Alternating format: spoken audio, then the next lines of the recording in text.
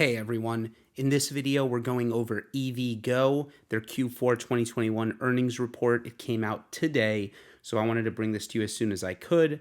The question is, should you buy this stock with everything going on in the world, with the transition to EVs? What do we think of EVgo, their charging network? We're going to get into all of that, but before we do, if you could smash the like button, it really helps the YouTube algorithm, and if you're not subscribed to the channel, definitely subscribe. Now let's get into this report. So the report starts off first with basically a strategic overview laid out by the CEO, and then after that, it gets into the numbers, the financials. So we're going to go over this strategic overview, then we're going to go into the numbers, and after the numbers, we're going to go into some questions on that you need to really ask yourself if you want to buy this stock, and my opinions on what I'm doing with the stock, if I'm buying it or if I'm letting it be. Now, strategic overview, slide 1, let's get into it. They start off with the EVgo investment opportunity. So they basically say it's a pure play, sustainable business building, owning, and operating essential infrastructure for the electrification of transportation. So they say that one, operational track record. They are pioneer in fast charging with more than a decade of experience building, owning, and operating the country's most expansive, reliable public DCFC network. Next, they go over a competitive moat, unique customer insights, technology IP, and analytical tools enable superior product development, site selection, design, and industry-leading partnerships. Financial discipline. Robust investment underwriting standards and strong balance sheet underpin the focus on delivering attractive project-level returns, they say. Lastly, a clear path to profitability. Financial performance in the U.S. most mature EV markets in the U.S. provides a leading indicator of the potential earnings power of EVgo's business model, and we'll get into that later. They then write that electrical vehicles in operation are forecast to grow at a 40% CAGR over the next decade. DCFC expected to outpace the overall market growth as well. So basically, the industry is growing incredibly fast. Next, there's a snapshot of EVgo's market-leading position. You can see a map on the right where existing fast chargers are located. You can see the gray areas where basically fast chargers are going to be coming soon. Now, as you can see, it is in more populated areas for EV owners. It's not across all the highways like the supercharger network, for example. They basically put out that it's a couple key facts. One, they have 8 OEM partners engaged by multiple OEMs to provide charging stations and build out DCFC networks. They have 130 plus million Americans within 10 miles of an EVgo charger. There's about 340,000 customer accounts. They're in over 30 states with over 60 major metropolitan areas. They have 68% year-over-year network throughput growth. They have 100% renewable energy powered stations, they're saying basically, 850 plus locations, and they're the number one in DC fast charging sites. So important to note there, this is not including the Tesla supercharger network since it charges differently. Then they have 1,900 stalls in those 850 locations. There are 3,100 stalls in active E&C development for their pipeline. There's over 2 million users, registered PlugShare accounts, and there's 28% adjusted gross margins in Q4. So adjusted gross margins are coming up, and that is good to see as they expand the network. Now, this next slide talks about the EV market, how it has gained steam in 2021, how the adoption continues to accelerate rapidly. So first, global EV sales market share more than doubled in 2021 from 4.11%, around 3 million in 2020, to 8.57%, around 6.5 million in 2021. In 2021, the US EV sales also doubled to more than 475,000 vehicles, with US EV market share increasing from around 1.5% to 3%.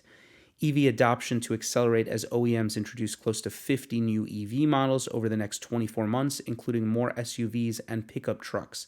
Strong long-term EV market growth fundamentals, with sales expected to more than triple by 2025 and then more than triple again by 2030.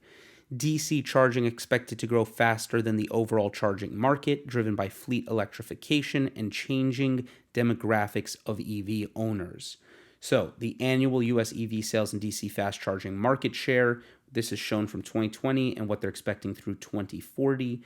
And the point of this chart is to say that they're predicting the DC fast charging market share is going to go from a small percentage, around, let's say, 5 to 10%, somewhere in there, as much as 40 to 45% by 2040, that the percentage of drivers, EV sales going on, actually charging through the DC fast charging network, they expect to be much, much larger.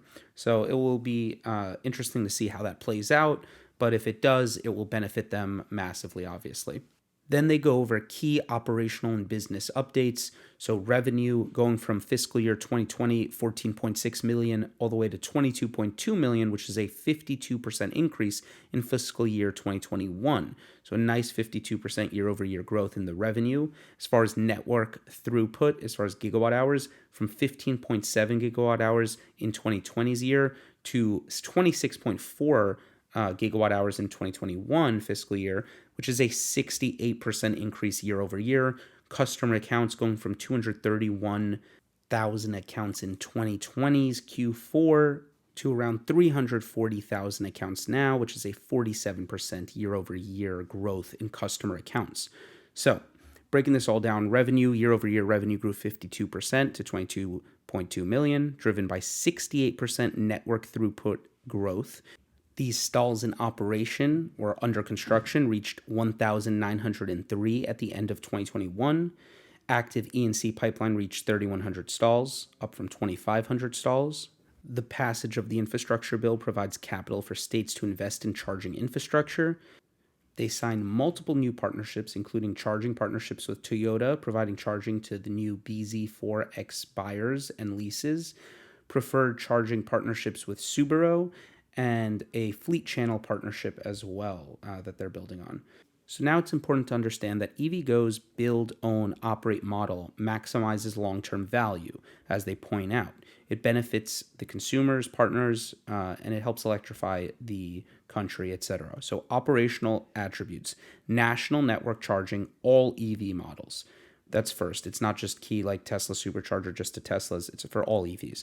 Second, a decade-plus track record. Third, 80% of non-Tesla EV drivers are registered with EVgo. And lastly, their property, software, and analytical tools. They basically have it all. Financial attributes: long-term recurring cash flow leverage to EV adoption. Disciplined capital allocation. They're being very disciplined, which could be good, could be bad if you want them to basically just go into it and lean into it harder. It just would hurt the company in the short run, because they would have to raise money probably to do that, and that would be dilution. So it is important to be disciplined. They have margin stacking opportunities. They are optimized investment profile via fleet take or pay contracts, extend, and retail. So this pillar of developing, operating, and owning the infrastructure is important compared to some other companies that have different business models. And then they put just on the right of this slide that it's essentially high return infrastructure with attractive IRRs and steady cash flows. It's a business model with great leverage to EV growth with competitive moats, dedicated team focused on grant capture and policy implementation, and profitability and operating leverage through increased utilization, tech-enabled services as well. Now let's go over the introduction of EVgo Extend, or E-Extend. It's basically a white label solution focused on the growing corridor charging market. So if another company wants to create their own charging network and their own chargers, they can just basically go to EVgo. EVgo will do the network planning, the site design and installation, the operating and management with guaranteed performance standards, and products and services as well, all white labeled. They're using the word white label, so I'm assuming that means they're going to be able to allow any company to just put their own branding. You won't see that it's EVgo, but EVgo will be the ones running it, repairing it, and basically doing everything for that company. So it just extends on the EVgo brand, but in a way, it almost seems like a perfect way to expand this business fast by using other people's capital and sharing profits with them and letting them put their branding.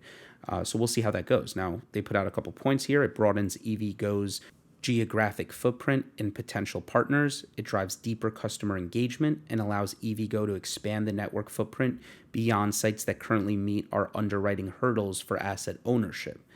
Network chargers operated and maintained by EVgo on behalf of partners, giving drivers access to the nation's largest and most reliable network.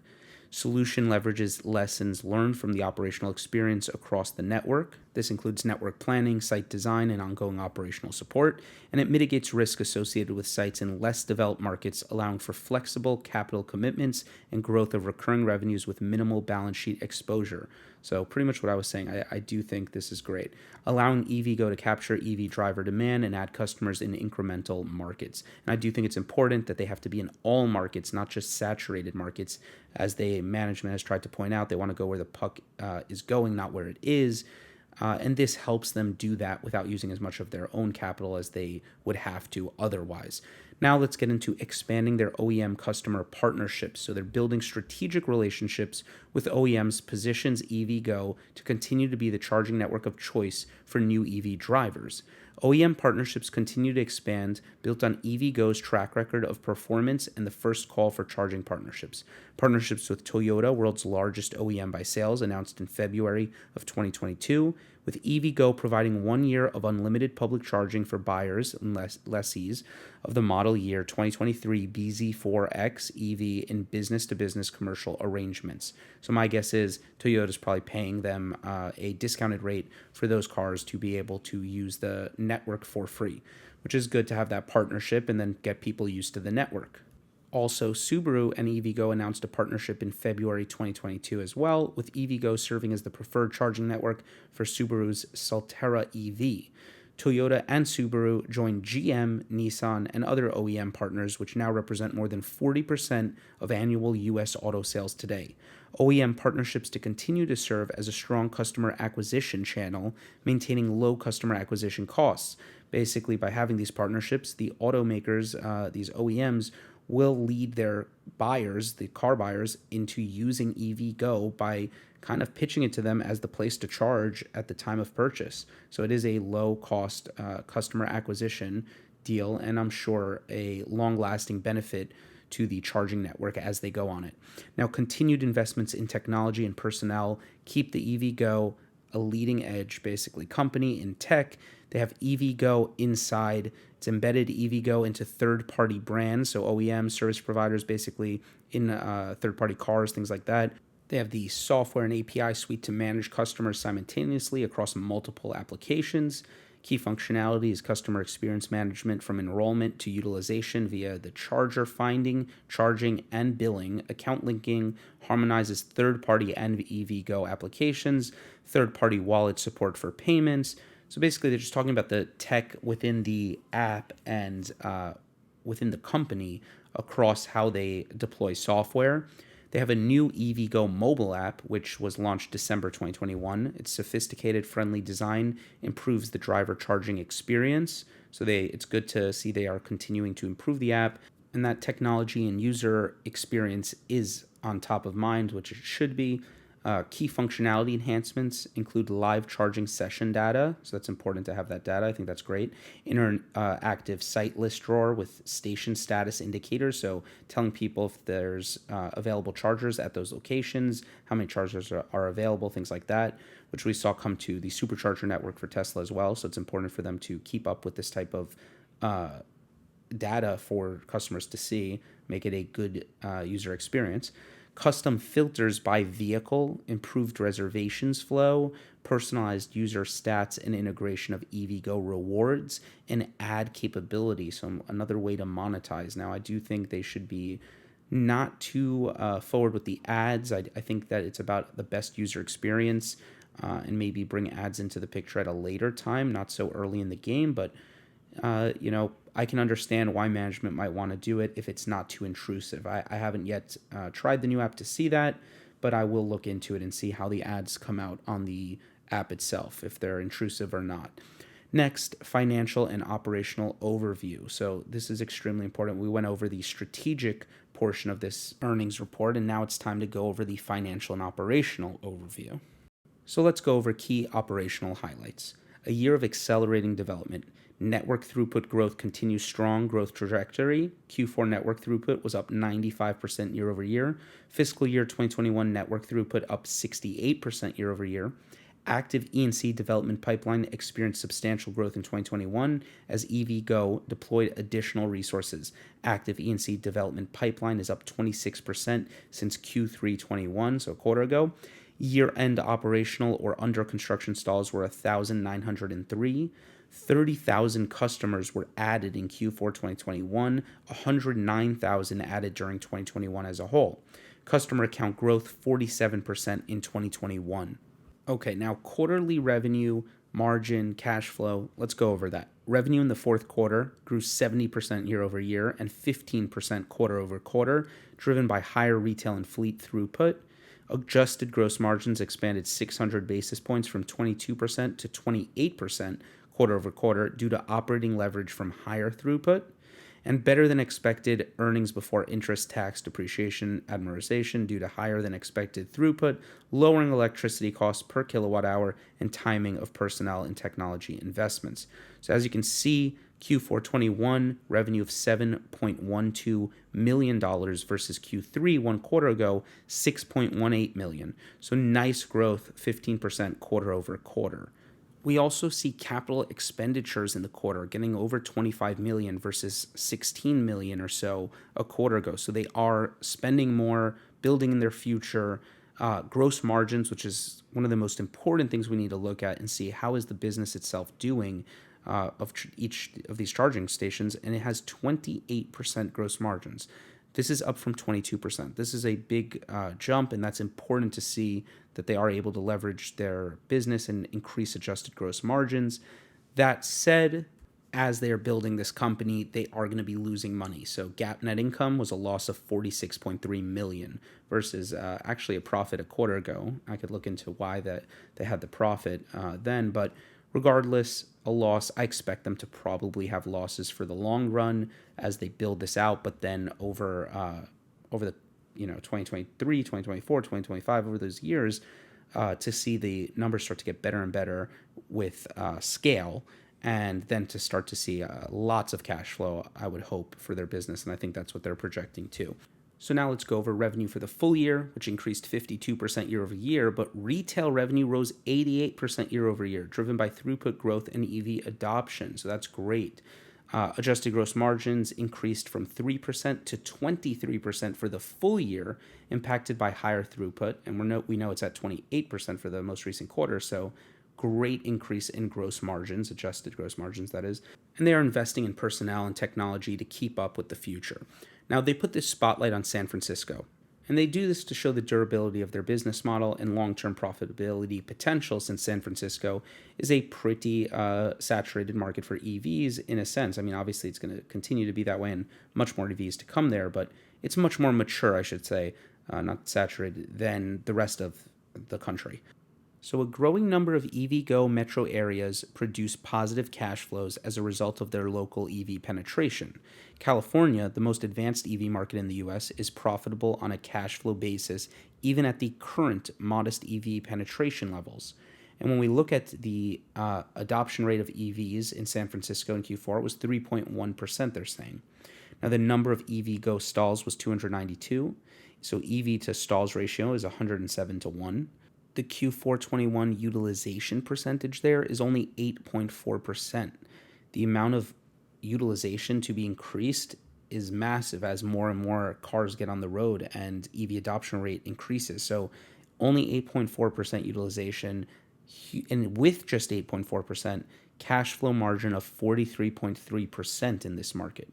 So we basically know that San Francisco is one of the several metro markets demonstrating great results, and they believe that this shows that if this is what we're seeing in San Francisco today, we're going to be able to see basically this happen in other parts of the country, most parts of the country, as EVs explode across the country, and we're going to see it get far better than this everywhere as EV adoption rate increases and more EVs are on the road. They also point out other metro areas such as LA, Portland, Phoenix are showing similar positive cash flow profiles. Now, they say there's a clear path to profitability tied to EV adoption. So, if US EV penetration rate is 0.5%, revenue for them is basically $22 million, which gives them adjusted EBITDA of negative 51 million. But they model out that if EV penetration hits 5%, 10%, and 15%, what would happen to their revenue, adjusted EBITDA, and adjusted EBITDA percentage. And they basically expect that adjusted EBITDA percentage will be 30 to 35%, then 35 to 40% from 10% forward, 30 to 35 at 5%. So they're expecting revenue would be 1.9 to 2.1 billion once it hits 5%, and that would create around 600 to 800 million in adjusted EBITDA. When it gets to 15%, they expect to have $4.8 to $5 billion in revenue with 1.7 to 2 billion of adjusted EBITDA. And they're expecting basically these numbers just to keep getting higher and higher as EV penetration rate goes higher and higher. So if they're correct in this, and we expect EV penetration rate to eventually become 100% at some point, that their business would be massive in comparison to their market cap today. The issue is their fundamentals today do not have the same pretty picture. So they point out today's EV penetration is low, as shown on the prior slide, and EVgo's profitability is set to increase rapidly with EV penetration, rapid scaling of revenues and EBITDA as relatively small percentage of US cars become electric. Adjusted EBITDA margins expand due to operational leverage, and they assumed continued investment in network expansion, technology, and business development to match systems in the market areas. So 2022 guidance, introducing key 2022 financial and operational forecast figures. They are expecting $48 to $55 million in revenue, 50 to 60 gigawatt hours of network throughput, adjusted EBITDA of a loss of 75 to a loss of $85 million, so expected the losses to come. Total stalls in operation under construction as of year end of 2022 is expected to be around 3,000 to 3,300. And this guidance reflects increased personnel and technology investments to help EVgo meet demand for the rapid development of its best-in-class charging network and services, along with current inflationary pressures. Throughput guidance reflective of faster retail EV adoption offset by slower rideshare rebound. So is the stock worth buying? This is what it all comes down to. Let's just go over a few simple things you need to ask yourself. One, do you have an extremely long time horizon for this investment? If not, I don't think you should buy the stock, because even though the stock could move up huge in the short term, anything could happen, the actual fundamentals of this business today don't justify the current share price at all. And I mean at all. So you need to be in it for the long game. Two, is it a one winner takes all business? Ask yourself this, because if you do believe it is, then I wouldn't bet on EVgo, because I think the Tesla supercharger network, especially if they open it up to all automakers, is far superior of a product. That said, if you believe multiple people will win in the charging business, just the same way that there are multiple brands at gas stations, then I believe EVgo has a huge chance to win big if there's going to be multiple charging winners. Third question to ask is, will the management be aggressive enough to win? From listening to management, it seems they want to be where the puck is going and not where it is. That said, the general consensus on EV penetration by 2025 and 2030 are far lower than I expect it to be. So will management be able to keep up? What happens if they can't keep up with demand? Who will come in and try to keep up? So this is something you need to really make sure. Do you think they're being aggressive enough? You don't want them to be too aggressive. You don't want them to be not aggressive enough, because if they're too aggressive, they could bleed the company. If they're not aggressive enough, they could lose out on a huge opportunity. So important to think, is management handling that correctly? And fourth, will the technology, such as like fast charging, be something that is standard everyone's going to have, or is there going to be unique techniques and technology that come out that make all other tech for charging obsolete? Now, I ask this because we all know when you charge a car, it does take time, and it might always take a lot longer than it is to just fill gas, and that is just what it will be. But you'll be charging at when you're shopping at the supermarket and doing other things versus, going to the mall and just plugging in and charging at those places, rather than gas stations just being, something you specifically drive to. So it is a different way of thinking about it. But if someone creates a technology that made your car charge in 5 minutes instead of 30 minutes, it'd be a game changer for fast charging. And if it was a proprietary tech, they could basically own the market. So do you think that there will be some special tech and that is not made by EVgo, that could make the market a one winner takes all. And that kind of goes back to question 2, to be honest. But I'm in the realm of they're going to be able to make high fast charging technology comparable to other companies' technology. So I'm not too concerned with that, but it is something to think about. So is the stock worth buying? Fundamentally, this stock is trading for a market cap of around $3 billion, and they did revenue of around $7.1 million in the most recent quarter, this quarter. That annualizes to about $28.4 million. Obviously, they're going to keep growing quarter by quarter. They put out guidance for much higher than $28 million. So if we just look at, though, this quarter, this high 7.1 million quarter, and you took the 28 million, they're trading at over 100 times sales on right now is not a number, not what it will be at the end of the year. 100 times sales. And it's not 100, it's more than 100 plus times sales. This is insanely overpriced when looking at the numbers today. So you have to believe in the long run. You need to expect that they're going to keep investing in more charging stations at an incredible rate and grow this business into the current valuation and beyond. Q4 revenue did grow 70% year over year, and I expect that transition to EVs are not going to slow down. Instead, I believe it's going to speed up exponentially. So it is like a domino effect. When one person buys an EV, shows it to their friends, a couple of their friends end up buying EVs, those friends show it to their friends, and it just so on leads to more and more EVs. I think with gas prices going up like crazy right now, that is helping push people into EVs right now as well. And because I believe this industry, I believe that all cars will eventually be EVs, and I think it's going to keep growing for not just a couple of years, for many decades. This is going to be a thriving industry. I want to own more companies involved outside of Tesla because I've been a big Tesla shareholder. I love Tesla, but I'm curious what other companies can I add to my portfolio that will win as EVs win. So I am personally taking a long view on EVgo. I'm giving them the benefit of the doubt on execution and things like that, and I'm investing a small amount of money, and I'm going to just kind of forget it exists and watch management, hope they execute properly, and hope this turns out to be a good buy over the long run. In the short run, I don't even expect anything close to profits for a long time as they build this out. Thank you for watching. If you made it to the end, please like this video. It really helps the YouTube algorithm, and subscribe to the channel. Until next time.